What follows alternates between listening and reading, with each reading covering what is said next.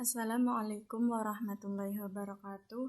Saya Kumala Puspa Sahita dengan nomor NIM 20083040007. Akan sedikit memaparkan penjelasan mengenai latar belakang penelitian. Video ini dibuat untuk memenuhi tugas individu mata kuliah Metodologi Penelitian Al-Quran dan Tafsir yang diampu oleh Bapak dosen yang terhormat Bapak Muhammad Maimun, MA, MSI.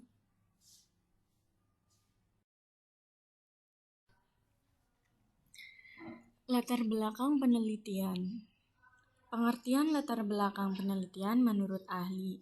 Yang pertama, Husain Umar, 2001. Latar belakang masalah penelitian berisi informasi tentang suatu masalah dan atau peluang yang bisa dipermasalahkan untuk ditindaklanjuti melalui penelitian, termasuk hal-hal yang melatar belakanginya.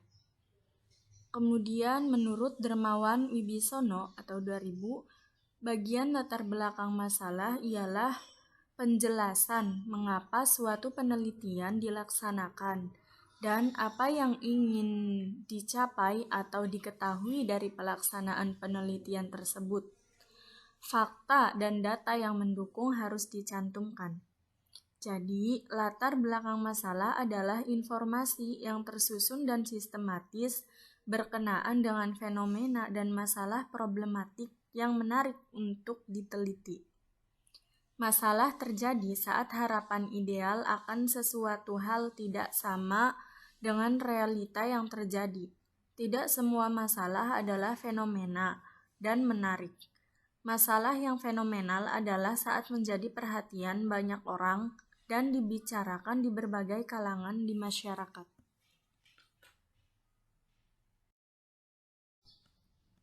Ciri latar belakang dalam penelitian. Yang pertama, pendahuluan berisi data awal tentang topik yang kemungkinan besar akan dibaca oleh pembaca. Kemudian latar belakang studi membahas secara mendalam tentang topik tersebut, sedangkan pendahuluan hanya memberikan gambaran umum. Pendahuluan harus diakhiri dengan pertanyaan, maksud dan tujuan penelitian, sedangkan latar belakang tidak boleh atau kecuali dalam beberapa kasus di mana latar belakang terintegrasi ke dalam pengantar.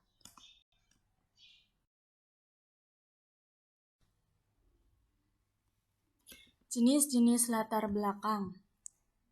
Latar belakang yang memadai membantu pembaca setidaknya menemukan apakah riset memiliki pemahaman dasar tentang masalah penelitian yang sedang diselidiki dan meningkatkan kepercayaan terhadap keseluruhan kualitas analisis dan temuan. Oleh karena itulah, landasan teori dan latar belakang praktikum memberi pembaca konteks penting yang diperlukan untuk memahami masalah penelitian.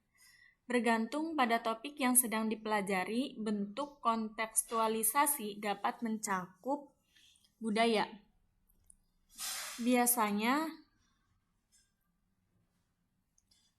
masalah yang berkaitan dengan perilaku yang dipelajari dari kelompok orang tertentu.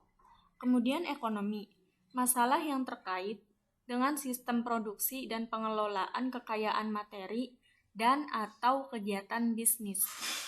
Kemudian histori, masalah yang berkaitan dengan waktu di mana sesuatu terjadi atau diciptakan dan bagaimana hal itu memengaruhi cara menafsirkannya.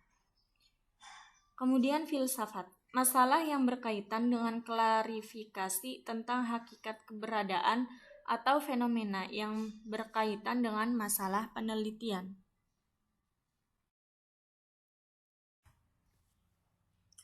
Selanjutnya, fisik atau spasial, mencerminkan keadaan ruang di lingkungan sekitar dan bagaimana hal itu memengaruhi cara melihatnya. Selanjutnya, politik, masalah yang menyangkut lingkungan di mana sesuatu diproduksi yang menunjukkan tujuan atau agendanya.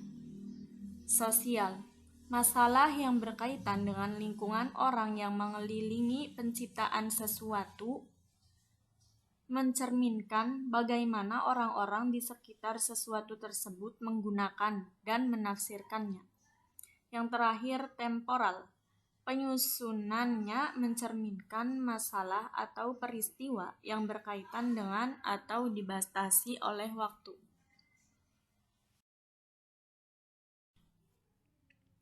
Struktur latar belakang.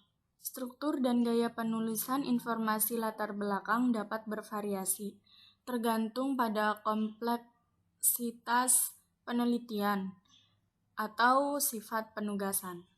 Mengingat hal ini, berikut adalah beberapa pertanyaan untuk dipertimbangkan saat menulis bagian pengantar.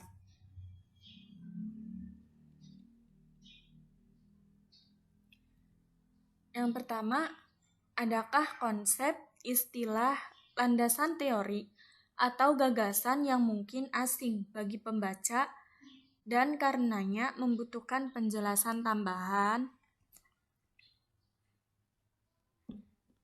Kemudian, apakah ada elemen historis yang perlu dieksplorasi untuk menjelaskan konteks yang diperlukan untuk menyoroti orang-orang, masalah, atau peristiwa tertentu, atau untuk meletakkan dasar untuk memahami munculnya masalah atau peristiwa saat ini? Kemudian, adakah teori, konsep, atau ide yang dipinjam dari disiplin atau tradisi akademis lain yang mungkin asing bagi pembaca dan karenanya memerlukan penjelasan lebih lanjut? Kemudian, apakah studi penelitian tidak biasa dengan cara yang membutuhkan penjelasan tambahan? Seperti 1. Studi menggunakan metode analisis yang belum pernah diterapkan sebelumnya. 2. Studi menyelidiki masalah penelitian yang sangat esoterik atau kompleks. Atau yang ketiga, studi bergantung pada analisis teks atau dokumen unik, seperti bahan arsip atau dokumen primer, seperti buku harian atau surat pribadi yang tidak mewakili badan literatur sumber tentang topik tersebut. Isi latar belakang. Latar belakang masalah setidaknya memuat hal-hal tersebut. Yang pertama, faktor-faktor apa saja yang menjadi perhatian untuk dijadikan suatu latar belakang. Ini dinamakan dengan latar belakang faktual atau identifikasi masalah yang relevan. Informasi kasus, baik secara langsung melalui observasi di masyarakat maupun lewat buku-buku referensi, dan hasil-hasil penelitian lain yang sejenis. Ini dinamakan latar belakang teoritis. Peneliti menghubungkan antara kasus yang satu dengan yang lain. Bagaimana kasus-kasus kontemporer memiliki hubungan dengan kasus-kasus terdahulu, dan bagaimana teori-teori dapat menjelaskan fenomena perubahan tersebut dari waktu ke waktu. Tonggak problematik yang berisi beragam persoalan yang akan dijawab dalam bab-bab selanjutnya. Latar belakang memberi alur berpikir sehingga memudahkan peneliti untuk mensistematisir permasalahan yang ingin dipecahkan. Setiap masalah yang akan dijawab sebaiknya diutarakan sebagai problematik yang akan dibahas dalam bab-bab berikutnya. Demikian penjelasan yang dapat saya sampaikan, kurang dan lebihnya mohon maaf. Billahi taufiq wal hidayah. Wassalamualaikum warahmatullahi wabarakatuh.